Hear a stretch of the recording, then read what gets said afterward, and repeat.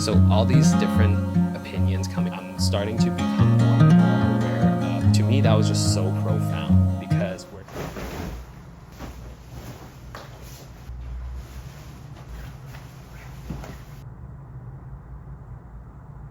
after a long winter break. And I would be like your partner. Like we would handle that most.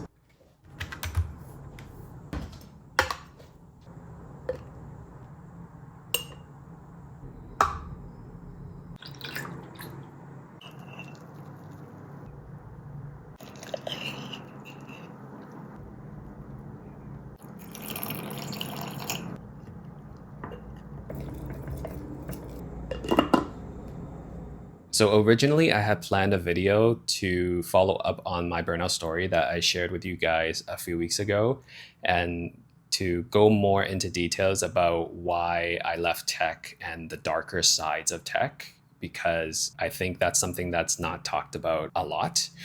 But fate would have it that the YouTube algorithm started pushing that burnout story video to many of you. And I'm very grateful for that because it gave me inspiration to kind of change the trajectory of the content that I am going to put out in the coming weeks.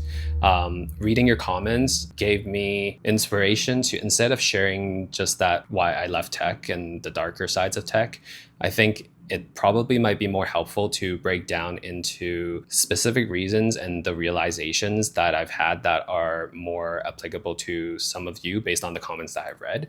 From the comments, I can see that many of you are on different phases in that journey. And some of you are at the beginning of burning out or just burnt out. And some of you made a full recovery. And I'm very happy to read those comments because prioritizing your health is so important because by the time you realize that your health is gone, usually that's too late. And before it's too late, we should do something about it. And that's why it warmed my heart to read those comments. And I'm really happy for you guys, for those of you that are able to recover.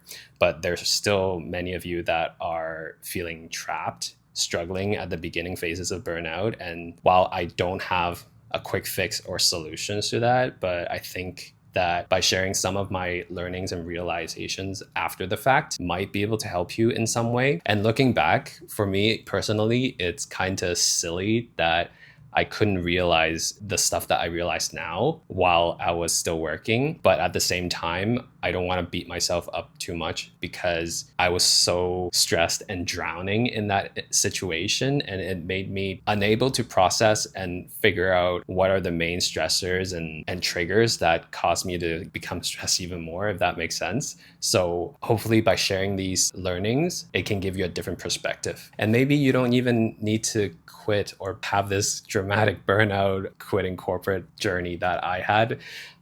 Maybe it could change your trajectory because everyone is different. Maybe you're just stressed and needing some pointers on how to rethink certain situations. I don't know.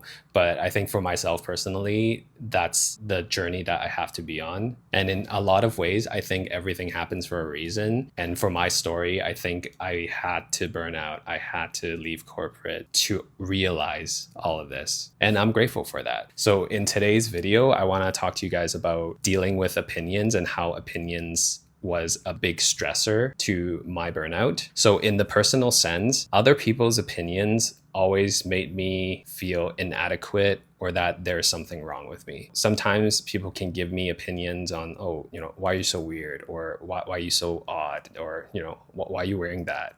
All these different things. And in the professional setting, because I was a senior software engineer, one of my responsibilities was to influence other teams and within my team. And that means I have to go into a lot of meetings to debate over things and also to play that office politics where, you have to give them a bone, and it's just so exhausting. Everyone has their own agenda. They all have their own timelines and expectations, constraints. So all these different opinions coming left, right, center was one of the reasons why I was so burnt out. So the realization that I've had since leaving corporate is that opinions are simply just opinions. And oftentimes it doesn't have anything to do with me or the thing that I do. So, sometimes there's all these conflicting words of wisdoms or opinions. So there's this one that goes, early bird gets the prize, and another one that goes, patience is a virtue. So like these are very conflicting opinions and words of wisdoms. It's like, so one tells you to wait, one tells you to don't wait because you're going to lose out. And it's like, which one is which, right? So the realization I had is that opinions are simply just a reflection of other people's experiences and what they've gone through in life and their circumstances. And oftentimes people project this reflection and their journey by judging or by giving you an opinion. So by realizing this, I recognize that there is no right and wrong in opinions. So I shouldn't put so much weight into other people's opinions, whether or not that's an opinion coming from a good place or an opinion that's judging you in some way or form. And this isn't to say that, like, just ignore everyone's opinions. I think it's important to find a balance between when people give you an opinion, understand the aspects of it that is helpful to you and take that.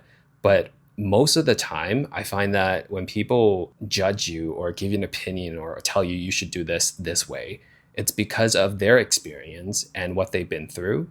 And sometimes it comes from a good place, but oftentimes I find that it is simply a projection of what they want the world to be. And that's okay. Again, there is no right or wrong.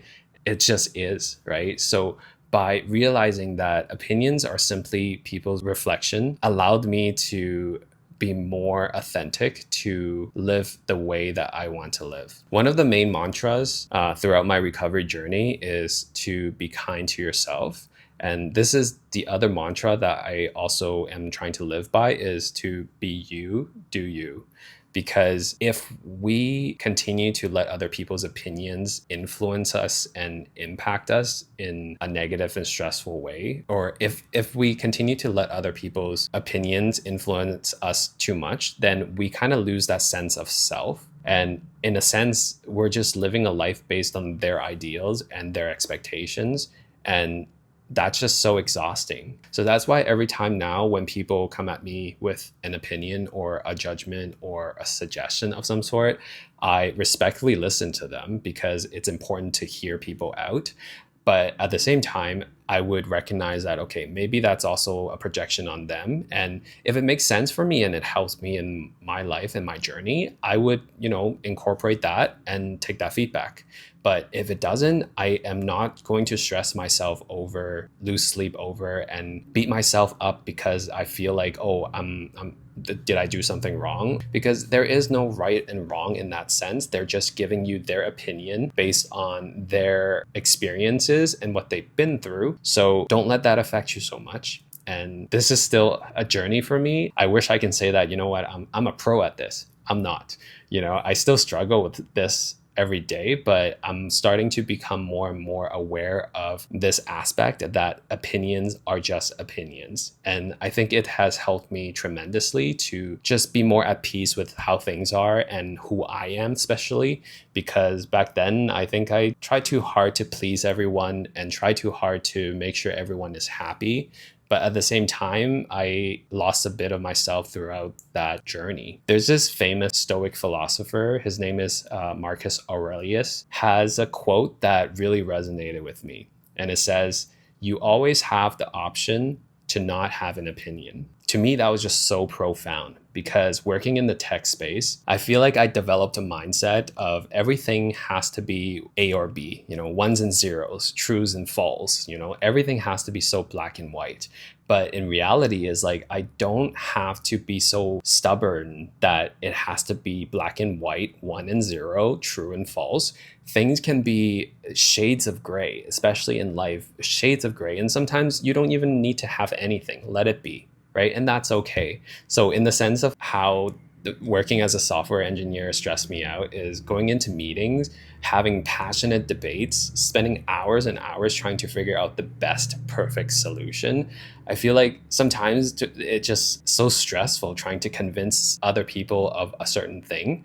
But if we can just take a step back and recognize that, okay, maybe it's okay to not have an opinion and just let things be and see where it goes. Because in all honesty, the more passionate we get about something, and especially if that something is not true to you, like if it's a job or a subject matter at job or choosing between direction A or direction B, you get so worked up, and it's not worth getting so worked up and feeling attached to that thing. So I hope this piece helps you in some way, shape, or form, and maybe it would help change your perspective on things. And the thing that I do hope that you guys can do is just to continue living your true authentic self, because life is short and you have to do what's right for you.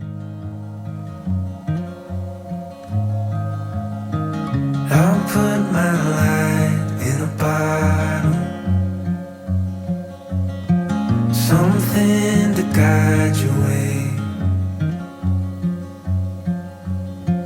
Even if you're too scared to follow, there's a light